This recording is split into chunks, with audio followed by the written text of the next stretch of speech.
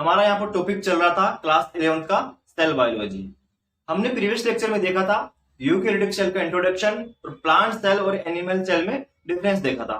आज हम यहाँ पर देखेंगे सेल बायोलॉजी का यहाँ पर 7वां लेक्चर है, ठीक है, 7वां लेक्चर यहाँ पर। इसमें हम देखेंगे यूकेरियोटिक सेल का आर्किटेक्चर देखेंगे, ठीक है ना, मतलब यूकेरियोटिक सेल के कंपोजिशन देखेंगे, क्या क्या उसमें कंटेंट होता है।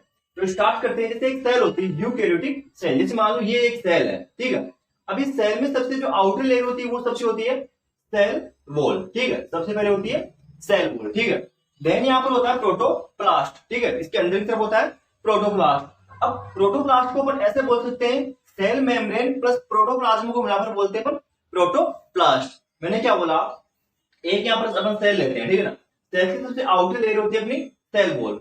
सेल वॉल के बाद की जो लेयर होती है वो होती है हमारा प्रोटोप्लास्ट। प्रोटोप्लास्ट को हम ऐसे बोल सकते हैं cell membrane plus protoplasm.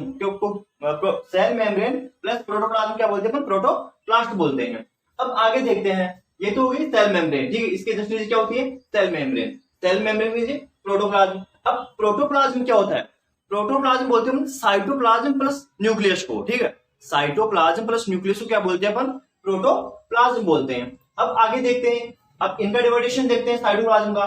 Cytoplasm में होता है, अब साइटोप्लाज्म बीच में होगा, ठीक है ना, ये क्या होता है सेल में साइटोप्लाज्म होता है और ये बीच में सेंटर में क्या होता है न्यूक्लियस होता है। अभी साइटोप्लाज्म में क्या होता है, साइटोप्लाज्म में सेल ऑर्गेनेल्स होते हैं, सेल ऑर्गन्स होते हैं, या साइटोप्लाज्मिक मैट्रिक्स होता है, ठीक है ना, या तो सेल ऑर्गेनल्स या सेल ऑर्गन्स बोल दो या सेल ऑर्गेनल्स बोल दो, ठीक है, और साइटोप्लाज्मिक मैट्रिक्स होता है। अब देखते हैं सेल ऑर्गन्स के बारे में, कौन कौन से डबल मेम्ब्रेन होते हैं, कौन कौन सिंगल मेम्ब्रेन या फिर कौन से मेम्ब्रेन लेस होते हैं। सबसे पहले देखते हैं डबल मेम्ब्रेन बाउंडेड, कौन कौन से ऑर्गेनल्स जिनमें डबल मेम्ब्रेन होती है। तो दो होते हैं यहाँ पर, एक तो प्लास्टिड होता है, एक माइटोकॉन्ड्रिया होता है, ठीक है ना, एक तो प्लास्टिड एक माइटोकॉन्ड्रिया में डबल मेम्ब्रेन होती है।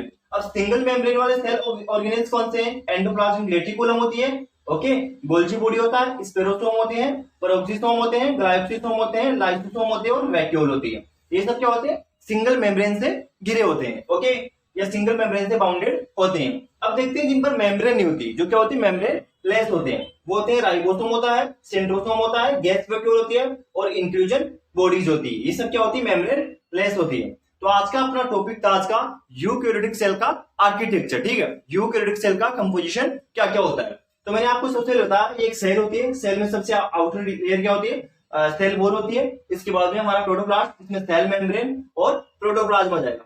अब प्रोटोप्लाज्म किससे बना होता है, साइटोप्लाज्म प्लस न्यूक्लियस से। ये हमारा सेल के अंदर साइटोप्लाज्म आ गया और बीच में आ गया न्यूक्लियस आ गया।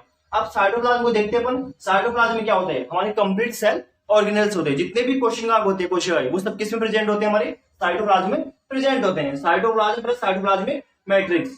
अब देखते हैं सेल ऑर्गेनल्स में कौन कौन से डबल मेम्ब्रेन या सिंगल मेम्ब्रेन या मेम्ब्रेन लेस। तो मैंने आपको बता दिया डबल मेम्ब्रेन में होते हैं प्लास्टिड माइटोकॉन्ड्रिया, सिंगल मेम्ब्रेन में होते हैं endoplasmic reticulum, Golgi body, spherosome, peroxisome, glyoxysome, lysosome और वैक्यूल, ठीक है। अब मेम्ब्रेन लेस में देखते हैं राइबोसोम हो गया, सेंट्रोसोम हो गया, गैस वैक्यूल हो गई, इंक्लूजन बॉडीज हो गई।